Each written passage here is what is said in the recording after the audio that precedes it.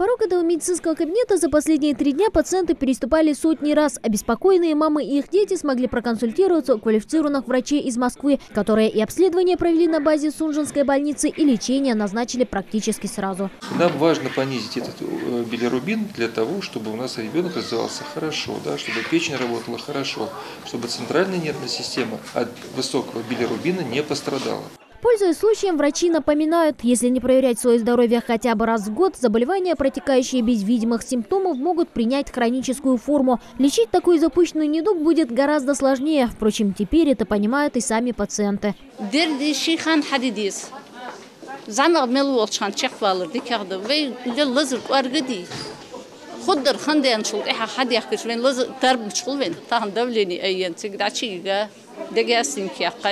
Короче, полностью обследование. Врачи из Москвы ведут прием пациентов в Сунжинском районе республики уже 3-й день. За это время им удалось выявить десятки больных, для которых весть о наличии у них недуга стала неожиданной. Кардиологи, к примеру, насчитали около 20 человек, которые практически никогда не проходили профилактические осмотры. Еще одного пациента с сердечной недостаточностью пришлось госпитализировать. Была фибрилляция предсердия, было несколько случаев впервые выявленных пациентов. Была гипертоническая болезнь, ишемическая болезнь сердца.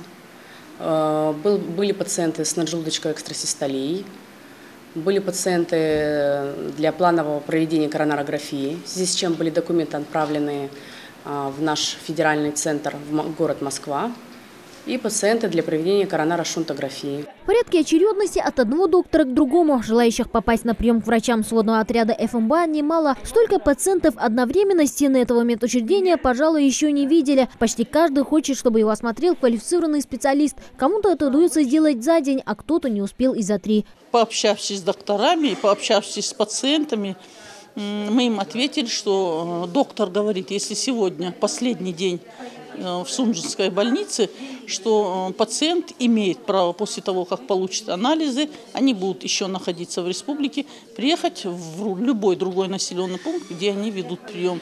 С 16 по 18 октября на прием к врачам Федерального медико-биологического агентства России успели попасть больше 1000 взрослых и около 200 детей. Пациенты с неврологическими и сердечно-сосудистыми патологиями пройдут лечение на базе местных медицинских учреждений. Еще 5 отправятся в Москву для получения высокотехнологичной медицинской помощи. В частности, это Федеральный клинический центр высоких медицинских технологий Федерального медико-биологического агентства, который находится в Московской области. Это будет кардиологическая, это пациент с кардиологической патологией, это будет коронарография и решение вопроса потом об операциях аортокоронарное шунтирование на сердце.